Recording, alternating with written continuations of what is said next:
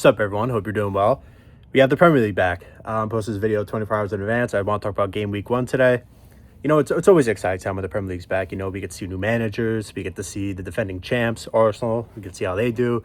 Get to see new teams back in the Premier League that we haven't seen in a while, and new players, whether they have been in the Premier League and went to a different club, or just players who come out from a different league, come to the Premier League. It's just an exciting time. You get that feel in the air. You're ready. Football's back. When no matter what league you support, we're finally here for club competition. And I'm going to do the Game Week 1 prediction for the Premier League. Some games I'll probably talk about more in depth than others. But we start off Friday night, defending champions. They're at home versus Coventry. Coventry obviously won the championship last year. They're coming up. In the first game, they have to travel right to the Emirates to take on the defending champs, probably the strongest lineup, one of the strongest lineups in Europe. Not really much thought about this game. I think Arsenal are going to smack them, respectfully. Maybe Coventry could give us, a good first 15 minutes, but when Arsenal get into flow, they always take care of these smaller teams. I think they'll do just fine. So, yeah, I'm going to go Arsenal. I'm really not going to do any score predictions. I'm just going to go what I think. Saturday morning, we do have an interesting one. Hull take on Man City at Hull.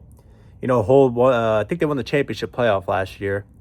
And their first game back in the Premier League comes up against Man United. Excuse me, it's Man United. Man United, they have an interesting lineup coming in. They brought in Tielemans. They're returning a lot of guys from bringing too much. So I would expect Tielemans and that Santos kid to start. I think United are going to have a little bit of pressure on them. I feel like always in the beginning of the season, they always tend to be up and down. But I don't really think Hull are that good. I did predict Hull to go down. But, this could always be one of those games where United go down 1-0 early and draw back and win. So I'm definitely going to take United in this one. I just think they're a much better team, and I'm really not going to trust Hull that much in most games. So I'll go United. Next game, this one's actually a pretty good game if you get around to it. Everton, Crystal Palace. I think these teams are kind of the same. I think Crystal Palace, obviously, they lost Glasner. They lost a couple players, but they're still a really good team. They're keeping Morton. They have Kamada. They still have Mateta, Sarr, Dean Henderson still in net. The team is still solid all around, especially for a team that won the Europa League, the Europa Conference League last year. And they have to travel to Hill Dick to take on Everton. They're kind of the same exact team, in my opinion. Crystal Palace, I don't know how they're going to look under their new manager. Maybe it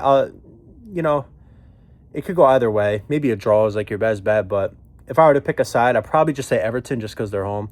But I do expect that game to be very good in such a not great window around this time. Because the next game is Ipswich-Sunderland. These two teams, I really have no feel on this game. I've seen a lot of people predict Sunderland to be very low in the Premier League. I also did that too. They're traveling to Ipswich. Maybe Ipswich will take it. Who knows? They do have some Premier League experience to them in recent years. Sunderland are a sneaky team. Last year they were able to stay up from last year, and just a really good team overall. So I'll probably just go Ipswich, lean Ipswich, maybe a draw. And then this is a good game too. Forest versus Leeds United. I'm a big fan of Leeds this year. I do think they had a lot of good signings. I do love the Harry Wilson signing. I'm going to keep talking about that signing along. Forest are an interesting team. I don't know the manager. Let me see who their manager is real quick. They've been flip-flopping around. Glasner. They got Glasner. Glasner, as we know, at Crystal Palace, brought them back right to the top. I think a lot of people were also sleeping on Forest too. They still kept Morgan's White. Chris Wood's obviously been very good. I'm going to take a look at their squad because I want to know if they bought in anyone. Igor Jesus, Salvador, Gibbs White, Amari Hutchinson.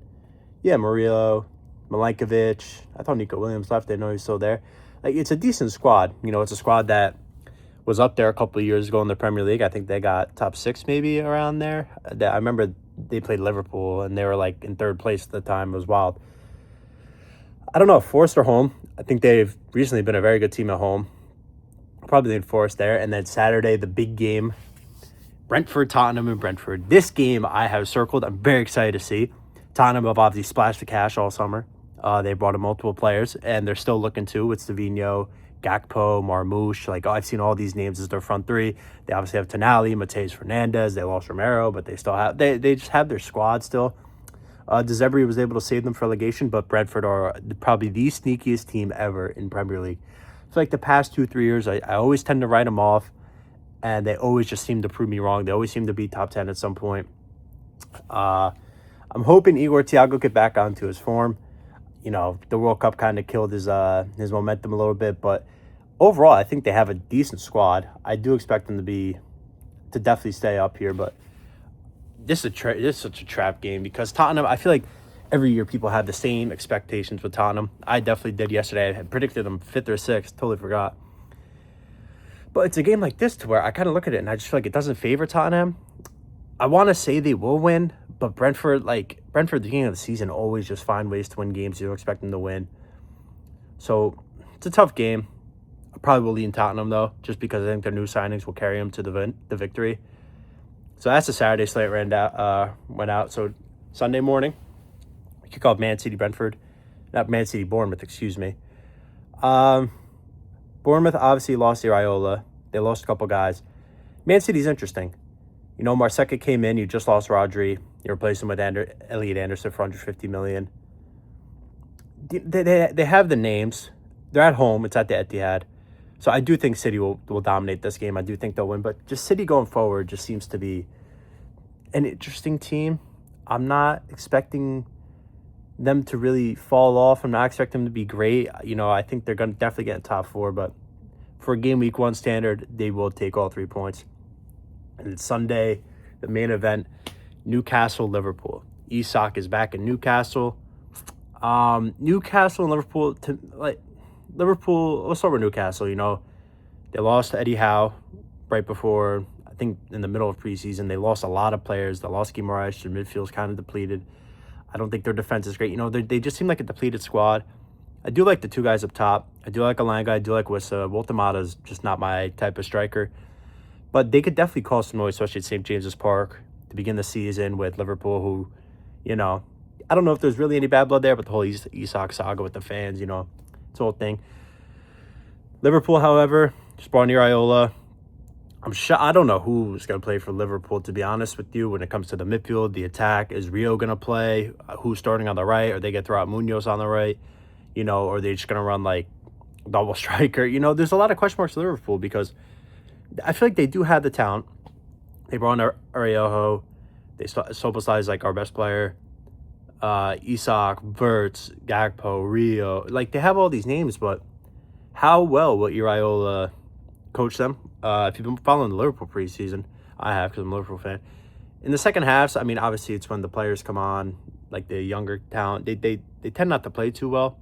Iraola has come out and said, my squad only has 30 to 45 minutes worth of match fitness, which is a crazy thing to say about your players. But I guess who knows what was happening under the slot regime. This game, though, let me look what they have the odds as. I don't advise a gambling. I just want to see what they're having them as. They have Liverpool as the favorite. I probably will lead Liverpool just because I think Newcastle are a very depleted squad. I do think first game, both teams are first game, essentially under a new manager. I just think Liverpool have more firepower to them. They're a better squad. So, yeah, Sunday, City and Liverpool, I think, take all 3 points.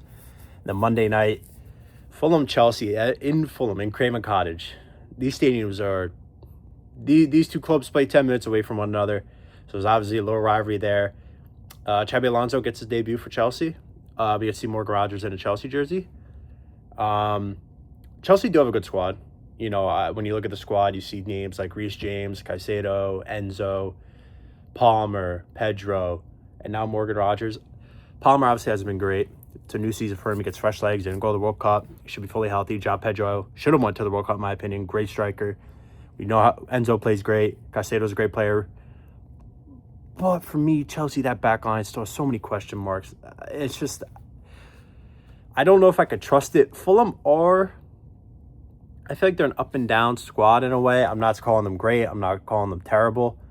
I was talking about them yesterday. I do love the striker they have, Gonzalo Garcia. I think he'll be great if he plays. But something about this team, I look at the defense, Bassey's still there, Anthony Robinson, Joaquin Anderson. Joaquin Anderson's on here, says a red card. It's pretty funny. But, it's not a terrible squad. But I don't know. Arbeloa is the coach, so I could see this being a draw. If I were to pick a side, I will lean Chelsea. I think they have the better squad, the better talent. And I think Chelsea are hungry, especially the way they ended last season. I think those players want to get out there and go run around and get the win on Monday night. So yeah, those are my Game Week 1 predictions.